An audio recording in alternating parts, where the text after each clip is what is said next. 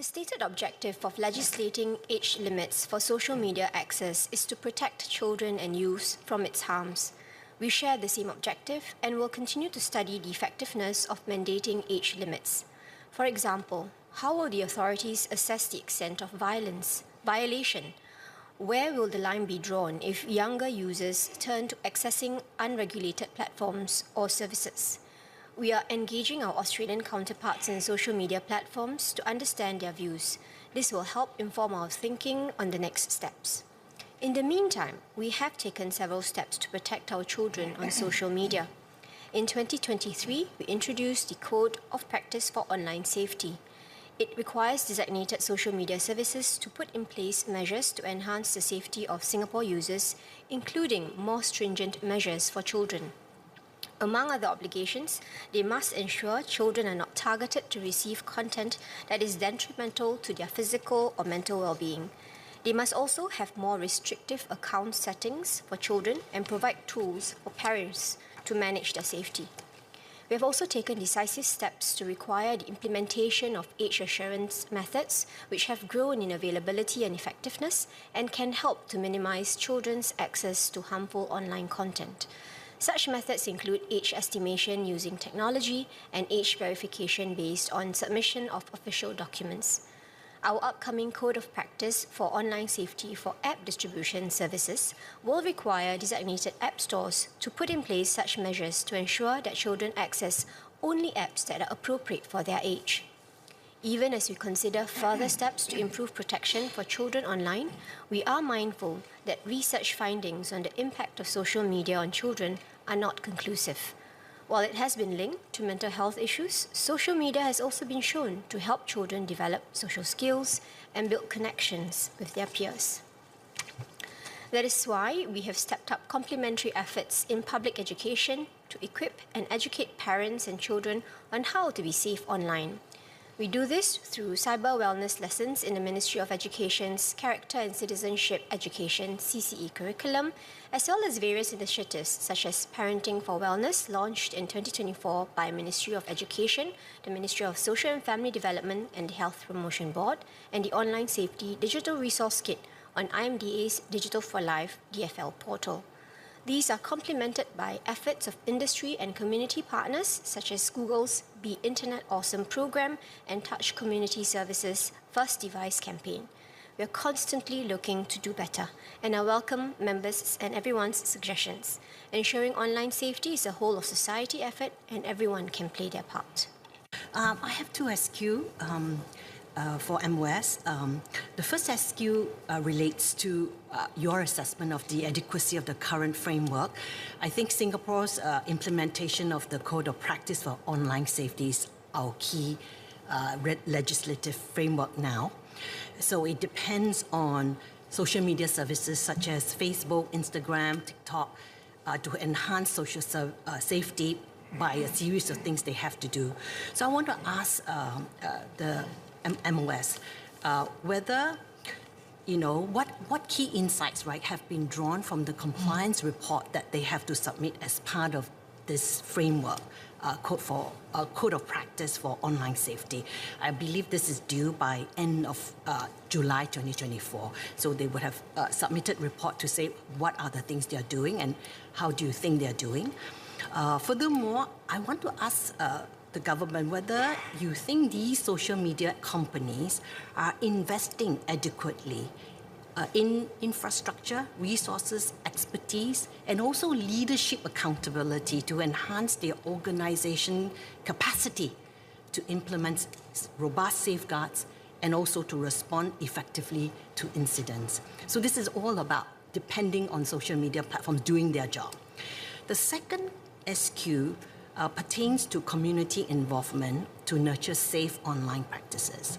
So given the importance of digital literacy and community involvement in nurturing safe online practices, how does the government view the role of community, particularly parents and also educators, in fostering such practices? What specific initiatives or frameworks does the government consider critical to achieving this effectively? Thank Thank you. I thank Member for her questions. On the first bucket of questions that she raised relating to the designated social media services, indeed the whole intent of having them submit the annual online report is to provide transparency on their measures and levels of safety, to see what they're already doing in this space, helping us also understand what are some of the features that can be put in place to provide the safeguards. These reports are in, but IMDA is still in the midst of assessing these reports. And we plan to actually publish this, so that will be coming in soon. So with this, indeed, we will be seeking to learn from this exercise, and we'll look to improve the safeguards and processes.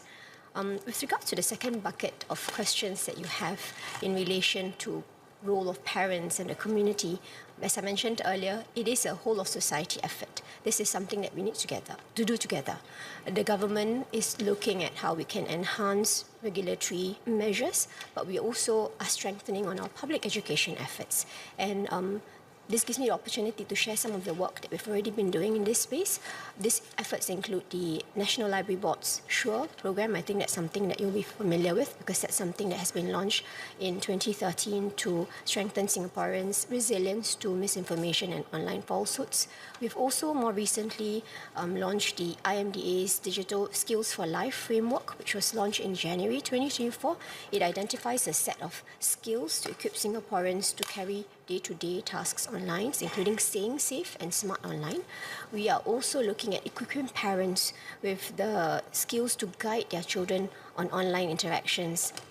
And IMDA offers many bite-sized resources on the Digital for Life portal. So one example is the Online Safety Digital Resource Kit, which was developed in collaboration with technology companies and recommends the necessary parental controls and safeguards to protect their children's safety online. We also work closely with other ministries, with MOE, as I mentioned earlier, in their CCE curriculum.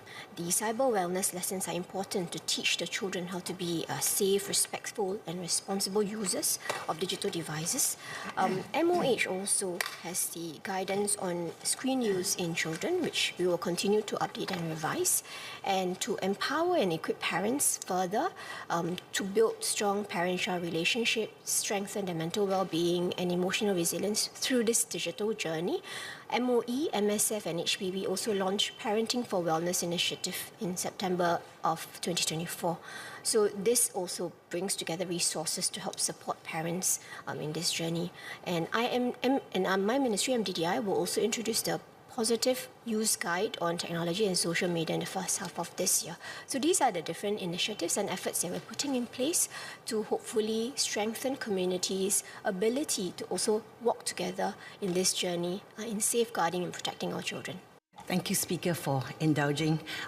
Since not much, I get at this stage, Minister is not able to review the findings. I would just like to ask whether the government will consider, depending on the outcome of the compliance report, whether the government will consider insisting on a minimum standard of investment by these social media platform in terms of the way they can respond, KPIs for them, leadership accountability, so that they do put in the necessary investment and capacity to take these obligations very seriously. Thank you.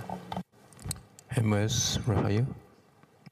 Thank you for the further question.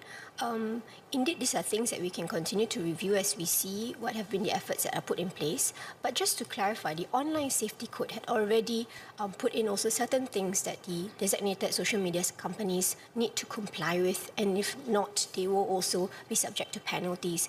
And this include putting in place systems and processes to minimize presence of harmful content in the services, particularly for children. And it includes establishing community guidelines, enforcing them, providing users with access to tools to manage their own safety, and proactively detecting and removing child sexual exploitation and abuse material, as well as terrorism content. So there's already kind of like a basic thing that they have to do. Secondly, they're also supposed to provide an effective and easy-to-use reporting mechanisms for Singapore users to report harmful content or unwanted interactions on the platform. So as we continue to do this, there are already some stringent measures that we have put to the designated social media companies to comply with, and we'll continue to improve these. Thank you, Mr. Speaker. I'd like to thank the MOS for replying to a variation of the question that I asked.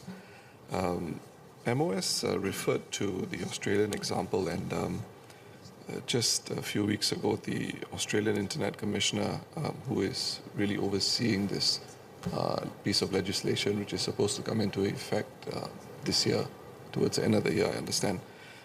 She was quoted as saying, the onus to date has been falling on parents and the children themselves, and this law is the government making a very definitive statement and saying, we need to put the burden back on you, companies, just like we did with car manufacturers 60 years ago with seat belts. And now there's so much life-saving technology in our cars that we take for granted. Back then, car manufacturers pushed back, but now they compete on safety. The law is really aimed at making normative change that the onus should fall on platforms. I mean, this is one fragment of a larger interview she did with National Public Radio, or at least reported on National Public Radio. With regard to the online safety code that MOS spoke about vis-a-vis IMDA's conversation with social media platforms, is the government of the view that in Singapore, at least, these social media companies actually respond quite proactively to the requirements that the government puts on them with regard to online safety? What is the position in Singapore vis-a-vis that relationship with social media companies? Thank you.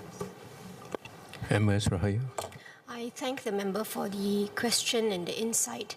Indeed, we are learning robustly from different countries. They're all having different experiences, and some of the experiences are useful in informing us as to the actions we need to take in our space.